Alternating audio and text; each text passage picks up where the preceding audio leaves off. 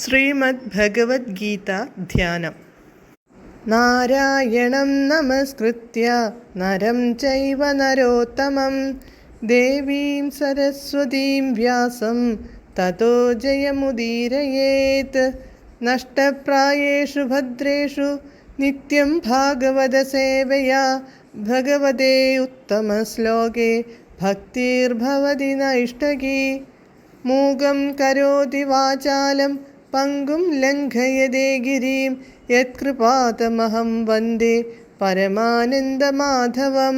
ശ്രീഗുരും ദീനതാരിണം ശ്രീചൈതന്യമീശ്വരം. ഓം അജ്ഞാനതിമിരാന്ധസ്യ ജ്ഞാനാഞ്ജനശലാകയാ ചക്ഷുരുന്മീലിതം യേന തസ്മൈ ശ്രീഗുരവേ നമഃ.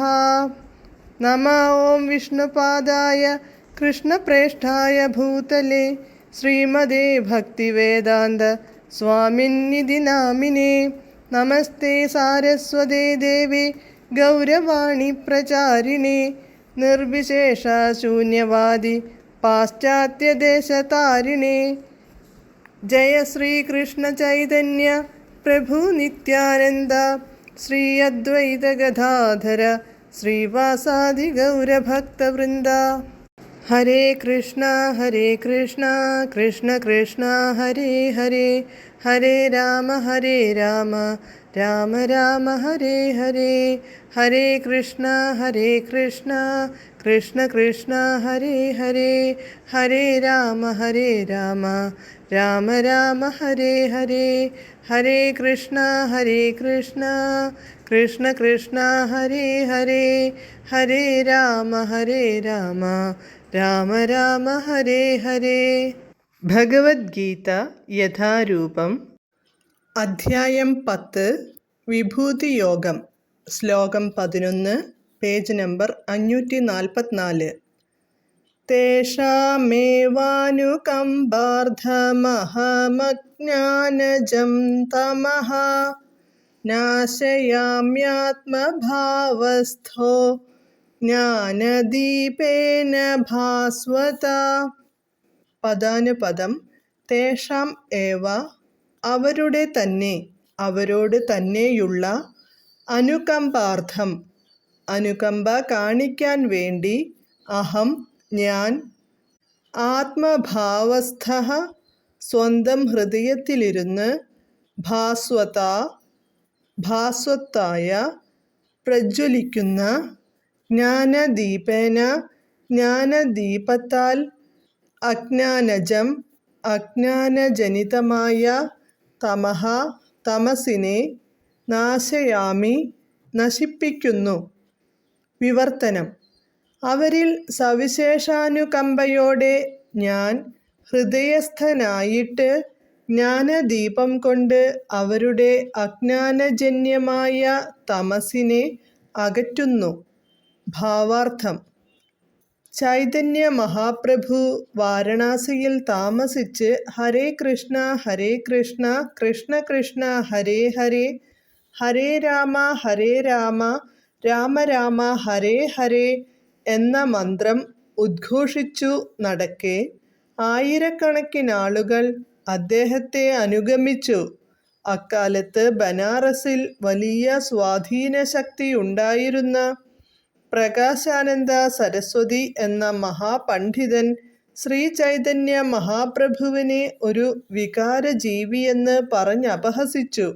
തത്വജ്ഞാനികളെന്ന് പറയുന്നവർ പലപ്പോഴും ഇങ്ങനെ ചെയ്യാറുണ്ട്.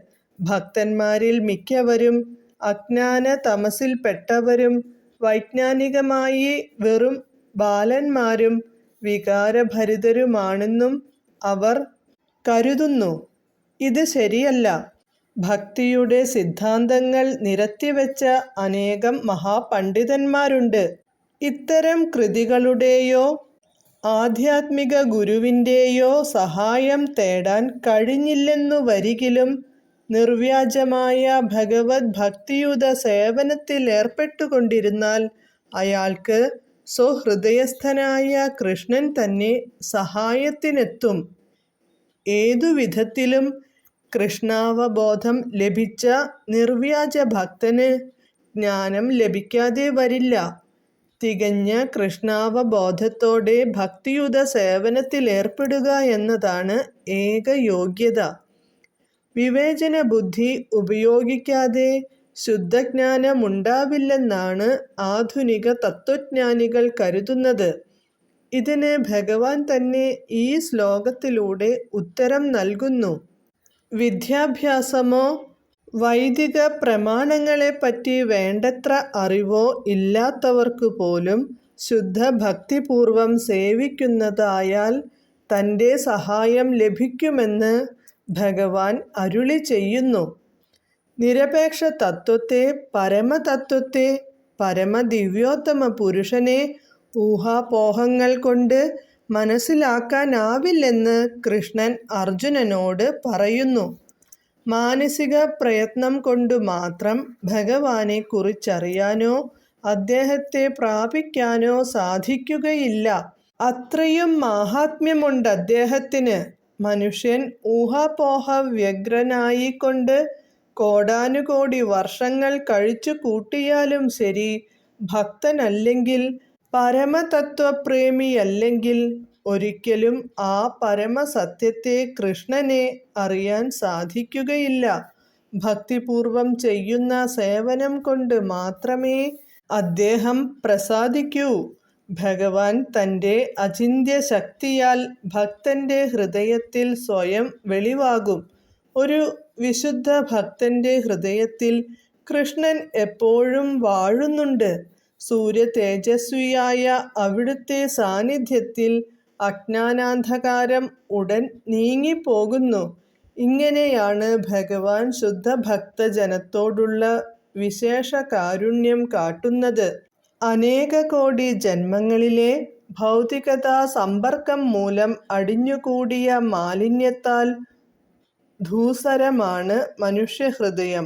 ഭക്തിയുത സേവനത്തിലേർപ്പെട്ട് നിരന്തരം ഹരേ കൃഷ്ണ മഹാമന്ത്രം ഉച്ചരിച്ചാൽ ഈ ധൂളിപടലം വേഗത്തിൽ നീങ്ങിപ്പോകുന്നു. വിശുദ്ധ ജ്ഞാനത്തിൻ്റെ വേദിയിലേക്കുയർത്തപ്പെടുന്നു.